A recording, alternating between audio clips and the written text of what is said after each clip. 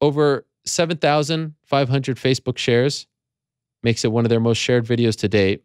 And that includes some of their Kimbo Slice videos on Facebook. Most liked and commented Bellator Instagram video in 2 years. The clip was SportsCenter's #3 top play of the night on a very busy night in sports with college football and all kinds of things happening in the world of boxing. So Aaron Pico delivered in his sophomore outing. He is kind enough to join us on the phone, our final interview of the day. Aaron, how are you? I'm good, Ariel. It's good to be back on the show. Thank you for having me. It is a pleasure, and congratulations on not just the victory, on all the success afterwards. Did you realize that it was kind of blowing up socially, the finish on Saturday night? To be honest with you, yeah, my brother, he keeps reminding me, like, man, this thing's going viral. I mean, it was a great show. I watched it a bunch of times. It was just a well executed left hook, but yeah, it's kind of crazy to see it blowing up. It's really cool though. So, there was so much buzz. I don't have to tell you about any of this going into the MSG fight. Of course, it didn't go your way. I was so impressed with how you handled the loss, so impressed with the buildup to this fight, so impressed with your aftermath. You're 21 now, and again, happy birthday to you. I know you celebrated your birthday on Saturday, but like you come across as a 30-year-old. Like you have the maturity and the poise of a guy who's a veteran, and you've been through so much. But honestly, looking back now, how nervous were you for Saturday night? How nervous were you making that walk for the second time, considering how the first fight went? Yeah, of course, I'm always nervous. That's just part of the game. It'd be stupid not to be nervous. But to be honest with you, I really felt a lot more comfortable this time around, especially after, obviously, Madison Square Garden. But I just felt really comfortable. The whole training camp went really well. Everything flowed how it was supposed to be. And I just knew if I relax and take my time, I have 15 minutes to get at the guy, take him down. I could do whatever I want. I just needed to relax. I was nervous, but once I threw my first punch, once he hit me, I was like, okay, I'm good. I'm fine. I can take it to the ground. I can stay on my feet. So a lot more poised this time. It just felt good to just get my feet wet. I wanted to get hit. To be honest with you, I was like, I kind of want to get hit, not like in a bad way. I just wanted to just, my first professional fight, I wanted, to see what it felt like, just relax a little bit, take a few punches, get my, feet wet, and it went perfectly. It went good. Were there any thoughts of waiting a little long? I mean, this was a pretty quick turnaround after the debut didn't go so well. Did you think about maybe waiting to come back, or did you want to return sooner rather than later to, get the L out of the way? I wanted to get back as soon as I possibly can. I knew San Jose was in September, and I wanted to get there as soon as possible. I needed the experience. I kept telling my team is like the biggest thing after Madison Square Garden is just like 24 seconds. I have I have really good skill sets. So to not be able to display them, it was just kind of like, man, it kind of sucked. That was the most embarrassing part. Just like I've got a lot of skill sets. I want to show them. It obviously didn't go my way. So I wanted to get back into the gym and I need all the cage time that I possibly can. So I said, please I need to get back in there as soon as possible. So it was good. In the build up to this fight, how many times did you watch that fight against Freeman? To be honest with you, I only watched it a few times. I actually watched it in the back right when it happened. They showed me the video of it and I just was like, damn, I rushed in and just, it was this overall thing, like my nerves, everything, the build up, everything. So I just wanted to get in there and go. So I watched it. I said, okay, I know what I did wrong. I obviously lunged in. He's a seasoned veteran. He knows his stuff. So I said, now I need to take my time. Which fight were you more nervous for, the debut or this one on Saturday? Debut. Really? By far. Wow, that's interesting. Yeah, debut by far. This one, I just felt good. The whole week, I just felt really well. I woke up, I felt great. I was telling, my dad, and I was like, this is going to be a good day. I feel really good. Antonio McKee, made me feel a lot better too. He said, we've done all the work. We've done everything we possibly can leading up to this. And I felt really good too. I've done everything I possibly can. He said, now it's just go out there, relax, and do what you do, and it will be a good day. So he was right, and it was a good day. And just curious, I mean, like I said, you've competed on the high stage as possible. You know, you were knocking on that Olympic door. Were you more nervous for the MSG fight than you were in your entire athletic career?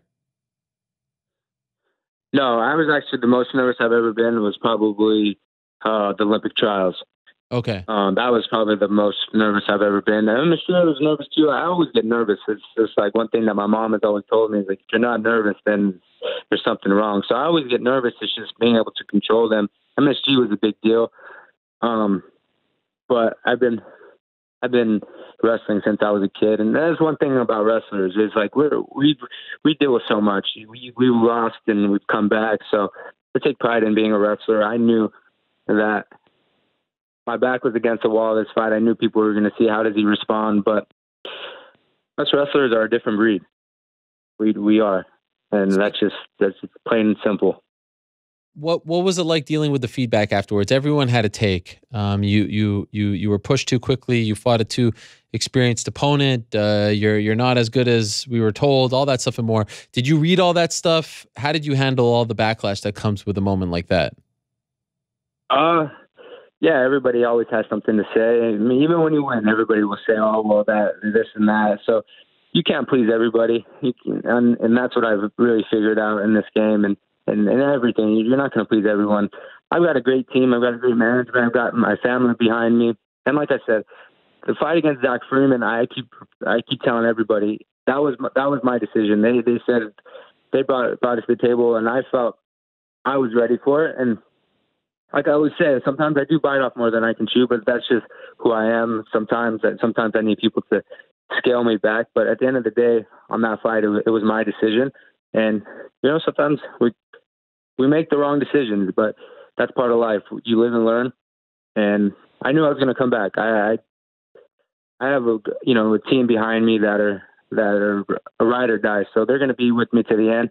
And that makes me feel really comfortable. And I love what I do. So when you have that, the sky's the limit. So I just said, I knew I was going to get back. I just need to get the win under my belt, and we're going to continue to build.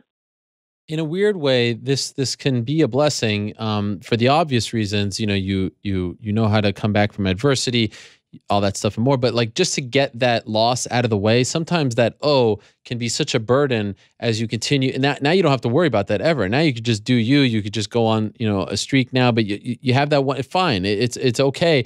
Many great fighters have lost early on in their career. Do you view it that way now? Like now that you actually got the first win and you're 1-1 as opposed to 2-0, in a way, it kind of alleviates some stress because we've already seen you lose. There's no novelty there. For sure. I mean, I feel like everything happens for a reason. And I felt like after the Madison Square Garden, if I would have won in Madison Square Garden, I don't think I would be with Antonio McKee. I mean, after the fight, I started working with Antonio McKee, with the guys at the Body Shop, like AJ McKee and Joey Davis and all them. So I think it was a blessing. I really fit in well over there, especially being with Antonio and just having somebody that can blend it all together, someone that knows a wrestling style. And Antonio McKee really knows.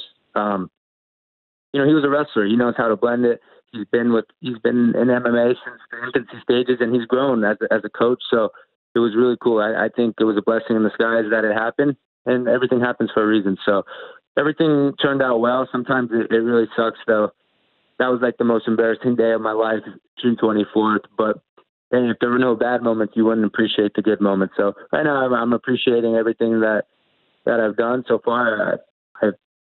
Saturday was a good night, but we got to continue to build. The job isn't done, and that's to be world champion. And that's the whole goal in mind. And I've said I will be champ of the world. And hey, that was just a stepping stone of where I want to get to in the future. So are you no longer going to train with AKA? I was never with AKA. Bob Cook, like I said, comes down. Yeah. He's up north, but he comes down in my training and helps me out with Antonio and gives his advice. And I'm constantly in contact with him, and he's helping me. He's definitely a big part of my career.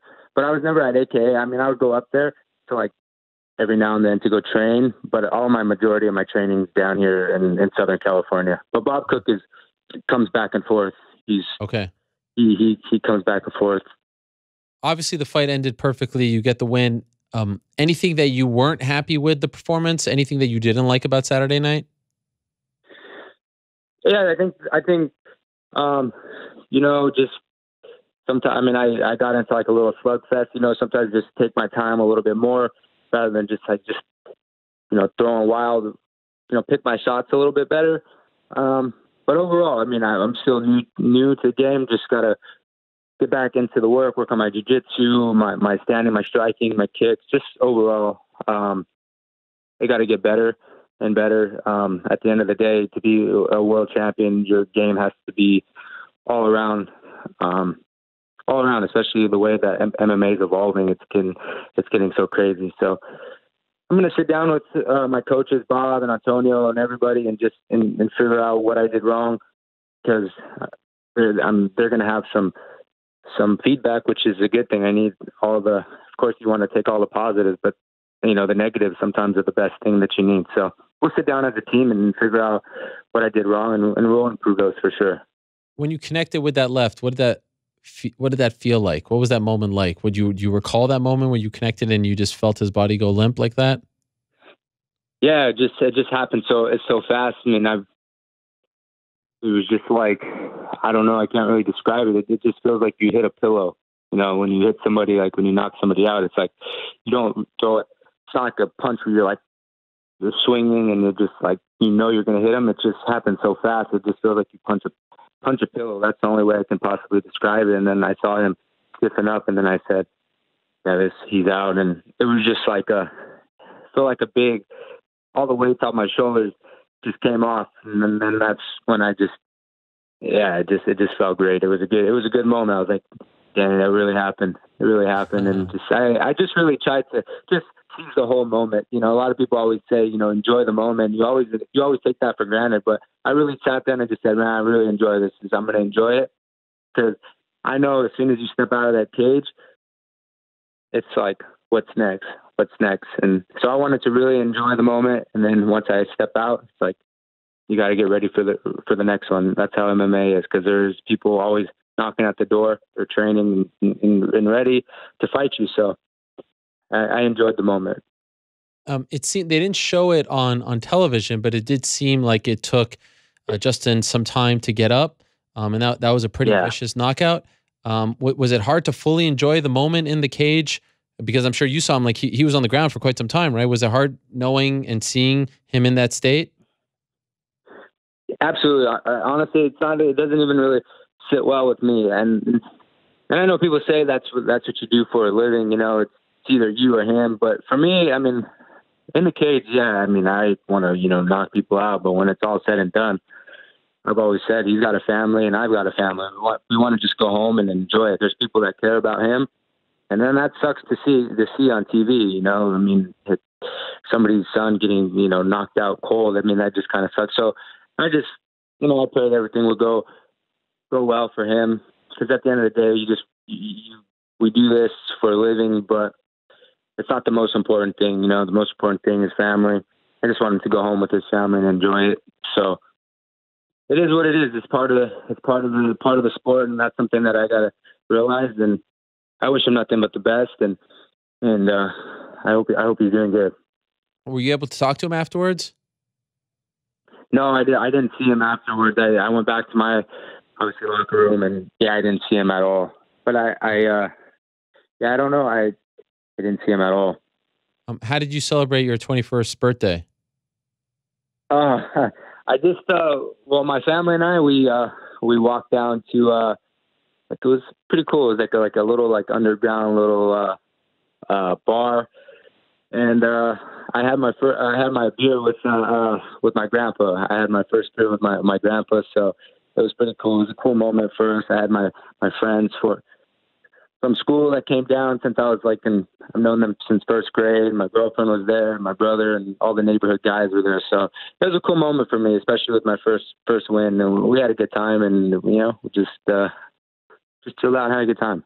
So I'm not trying to get you in trouble here, but I am looking on Sherdog and Wikipedia, and it actually says that your birthday is tomorrow. Are they wrong? Yeah, they're wrong. I don't know why. People have always ask me that. They say September. I think it's like 26th or something like that.